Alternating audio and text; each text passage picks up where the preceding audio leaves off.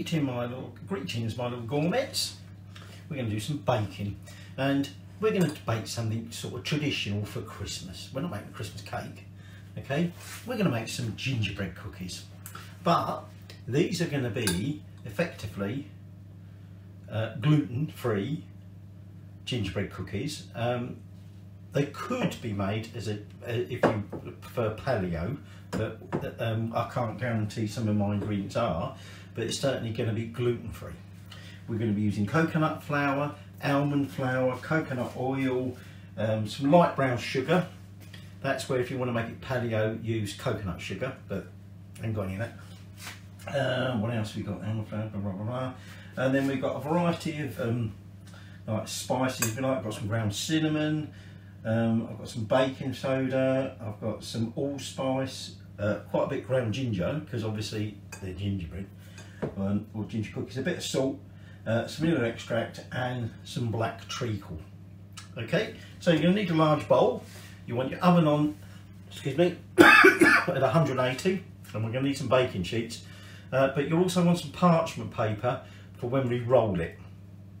Okay, and then obviously some cookie cutters. So let's get baking for Christmas. So I've succumbed and I've used cups. The recipe I found was in cups, and one of the things with coconut flour is because of how dense it can be, and how dense it can make your final product, you want a loose cup, or you know, when it says a cup, say a coconut flour, I mean we're going to be using 3/4 of a cup. So when it says 3/4 of a cup, whereas perhaps you might pack your flour into your cup, with coconut flour you just put it in there, level it off, and don't pack it down. Okay, so I thought probably best if we stick to cups rather than we try and convert everything to grams. So into my bowl I've got half a cup of light brown sugar. Like I say, you could use coconut. Okay, I want coconut oil. I've got half a cup of melted, but you don't want it hot. You can have it warm, but don't have it hot. Okay, of molten coconut oil. In that goes. Okay, just put that in there. Soak. Right, what else do we want in there? Coconut oil, coconut sugar. All right, vanilla extract. We want a teaspoon of that. Okay, in that goes. Then we want about 3 tablespoons of black treacle. Now that's going to be a bugger getting that out, so I won't bother letting you watch me put that in there. So I've got the molasses in there. Sorry, the black treacle. Now you could, but I said molasses because if you prefer, you can use molasses. Okay, so I'm now going to put 2 eggs in there. Actually, it looks like my coconut oil is starting to set a bit. Let's get moving. And what I'm now going to do is I'm just going to blend them all together. Just need to wash my hands. We're now just going to blend them all together. Okay, and then I've got some dry ingredients there. Like I said to you, we've got coconut flour to go in there. The coconut flour, I think I said to you, was it 3/4 of a cup? No, yeah, 3/4 of a cup of coconut flour and 2 cups of almond flour. Okay, and then we've obviously got the other spices, like I said. So that's nicely mixed in there. Let me just get these eggs out of the way. So we tip in our coconut flour, so, our almond flour. Then I've got these spices. So I've got allspice. I've got a teaspoon of allspice. That's not ground mixed spice. Okay, that's different. I've got half teaspoon of, no, there's my half teaspoon of salt.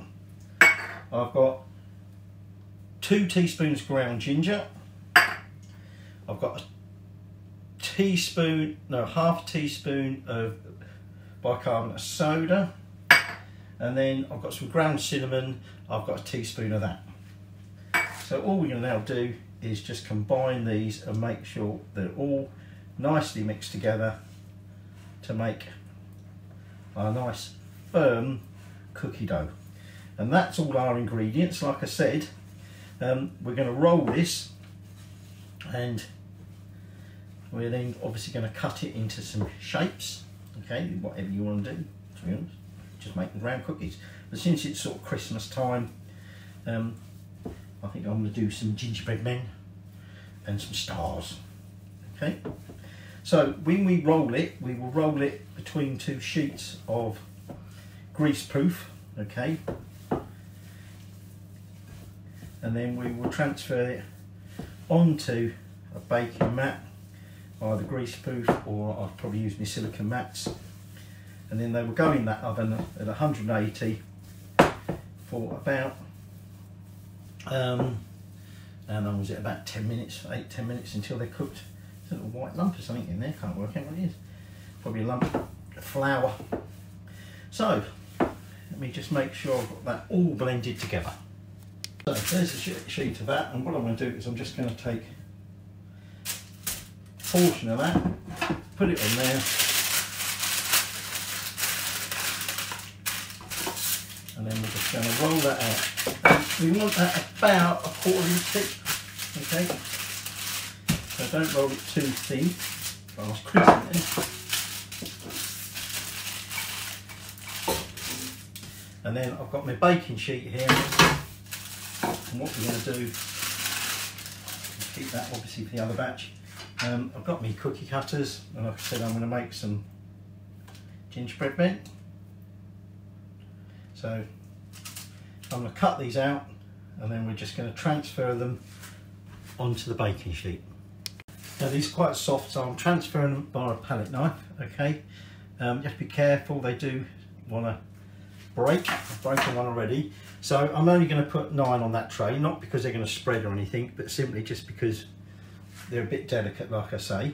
I've started cutting some stars, so I'm just going to put that first tray in the oven, like I say, at 180 for about 10 minutes. So the first lot are out the oven, and we just want them to sit and cool on the tray for about 5 minutes. At the minute they'll still be too soft when we try and transfer them, because like I said, they're quite delicate.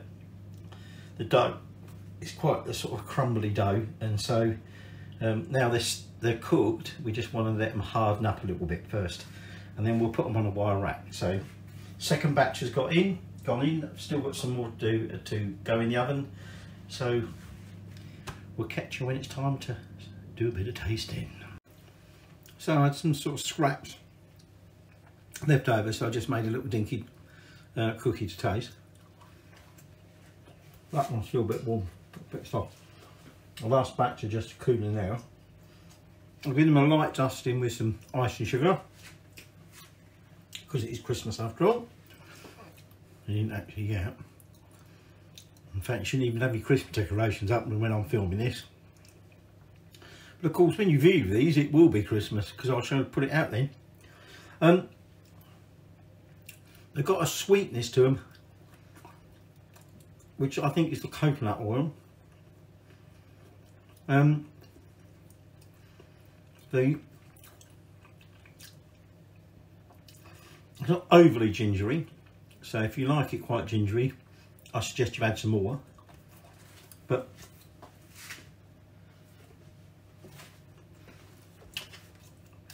you get the ginger, you get a sweetness.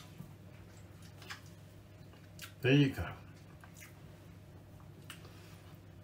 Your paleo, technically, but certainly gluten-free